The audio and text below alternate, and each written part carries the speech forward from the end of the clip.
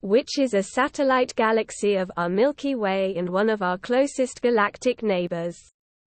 Researchers using the power of Hubble and the European Southern Observatory's Very Large Telescope say the outer arm of the spiral could be feeding star formation in a river-like motion of gas and stars.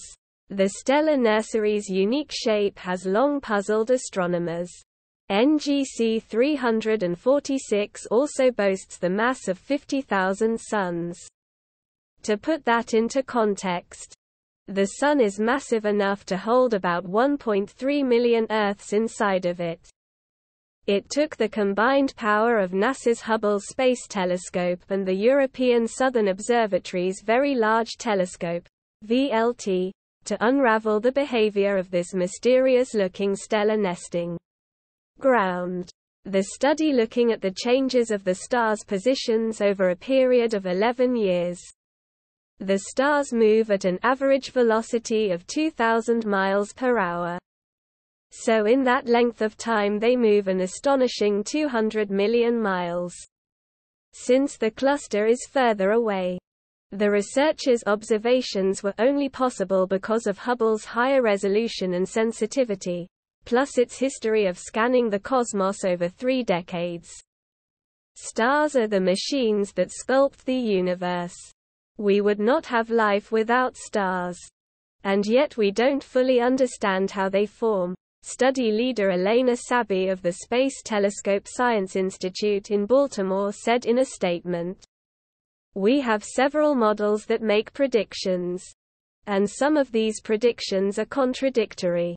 We want to determine what is regulating the process of star formation. Because these are the laws that we need to also understand what we see in the early universe.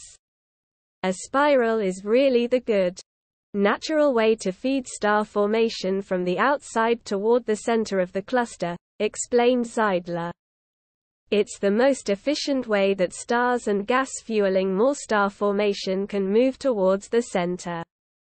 A second team used ground-based VLT's multi-unit spectroscopic explorer, MUSE, instrument to measure radial velocity, which lets us know if an object is approaching or receding from an observer. Half of the Hubble data for this study, which is published in the Astrophysical Journal on September 8, is archival. Although the initial observations were taken 11 years ago, researchers repeated them again recently. "The Hubble archive is really a goldmine," said Sabi. "There are so many interesting star-forming regions that Hubble has observed over the years. Given that Hubble is performing so well, we can actually repeat these observations. This can really advance our understanding of star formation." Scientists expect that observations from the James Webb Space Telescope, which is larger and more powerful than Hubble and just released its earliest images in July, will be able to resolve some of the lower mass stars in the cluster. NASA's Hubble telescope was launched aboard the Space Shuttle Discovery on April 24, 1990 and deployed into orbit the following day.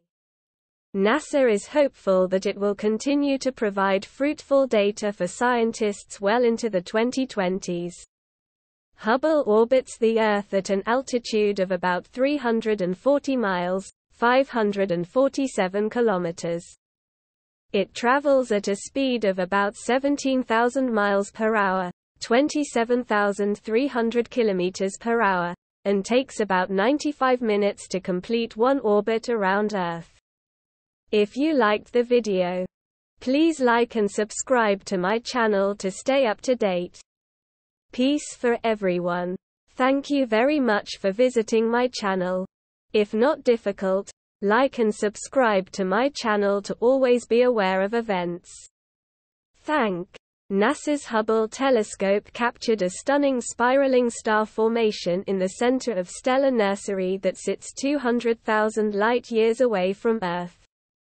The young stars can be seen spiraling into the center of a huge cluster of stars known as NGC 346 located in the Small Magellanic Cloud.